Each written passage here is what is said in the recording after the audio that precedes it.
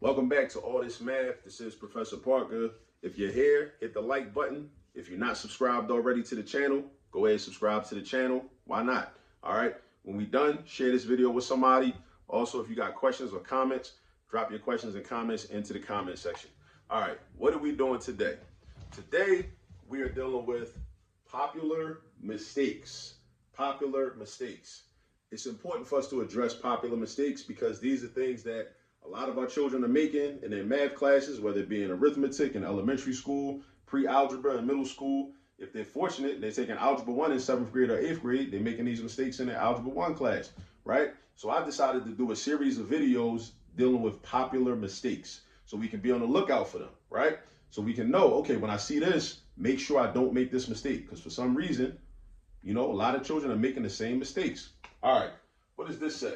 This says 5, which is our base, to the second power, 2 is our exponent or our power, is equal to 10. That is not correct. That is not right. All right.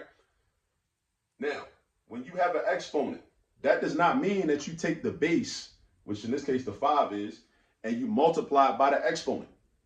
This ain't that. That's not what that means. This representation right here is like what I call slang. It's like street slang, right? It's a shorter way of communicating a larger idea that normally with the standard language would require more words. Another way to write 5 to the second power is this. 5 times 5. That's another way to write 5 to the second power. 5 times 5. Now, what does that exponent mean? You as a parent watching this, your children watching this need to understand this. This exponent tells you if you wrote this out the long way, how many 5s will be in there. It will be a multiplication sentence or a multiplication equation, and this exponent tells you how many 5s there would be there. If this said 5 to the 4th power, then that means it will be 5 times 5 times 5 times 5. It will be 4 5s, right? It don't mean multiply the base by the exponent. That ain't what that means, right? Now, here is the situation why I think some people get this confused. Because there is a coincidence.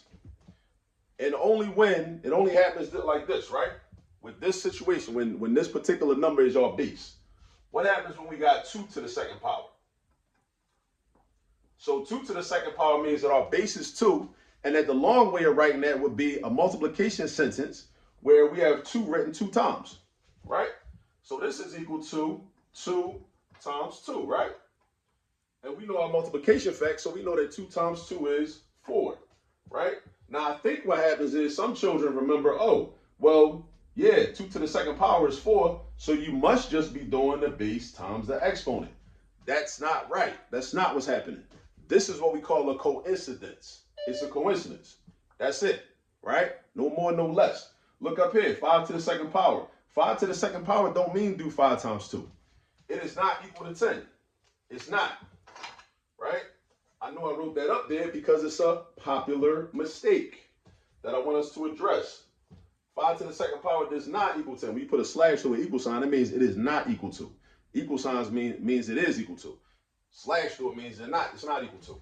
5 times 5 is equal to 25. You got to know your multiplication facts. And what I also would recommend is this. Memorizing all the perfect squares up to 625.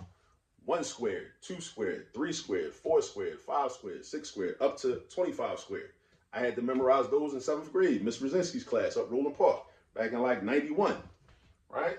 91, that's when the number 6 Jordans first came out, right? Way back in the day, all right? And it's helped me because I know the perfect squares. I used it in subsequent math classes, used it in 8th grade, 9th grade, 10th grade, 11th grade, 12th grade, used it in college math classes, used it in my college business classes, right? Use it when I became a teacher, right? I use it in everyday life when I'm out in the streets or wherever I might be, in the store, doing whatever I got to do, handling business, paying bills.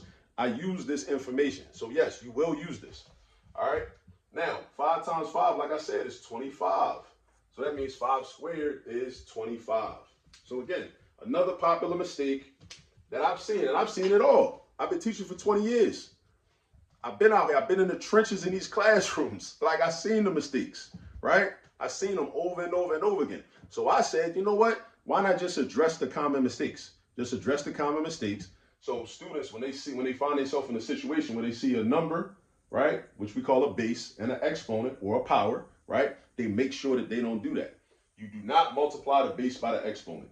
Think about what you got to think about is think about what it would be, how it would be written if it was written out the long way. 5 squared is the same thing as 5 times 5. And how do I know that's correct? Because the exponent tells me how many 5s should be in the multiplication sentence. How many? 2 of them. 5 times 5, that's 2 5s, right? 2 squared, how many 2s should be there? 2 of them. And again, this is the only time it's a coincidence, the only time where doing 2 times 2 would give you the same answer as the correct way, which is doing 2 times 2 like this. All right, so I just want to do that real quick. You know what I'm saying? Talk about that quick little popular mistake. And please share this video with somebody, right? Help somebody out, right? Because avoiding these popular mistakes is something that will help your children to develop an appreciation and possibly a love for math. Because a lot of students make these little mistakes. They end up getting wrong answers, end up failing quizzes, failing tests, just from these little mistakes. And then this idea gets planted in their mind that they're not good at math or they're not a math person, right? And then they run for math. And then what ends up happening is you become an adult or you about to go to college one day and you're like, no, I can't major in that because I was never good at math, right? Or I don't want to go into a STEM discipline because I was never good at math. This is how it starts. Well, one of the ways that it starts early on from making these mistakes and this not being addressed. And a lot of times teachers in a classroom, 25, 30 students, they might not have the time to be able to pinpoint all of these little mistakes that every student is making and actually correct them for every single student in the classroom. So that's why I'm making these videos. I got time. All right. So share these videos so we can overcome these popular mistakes. All right. Peace.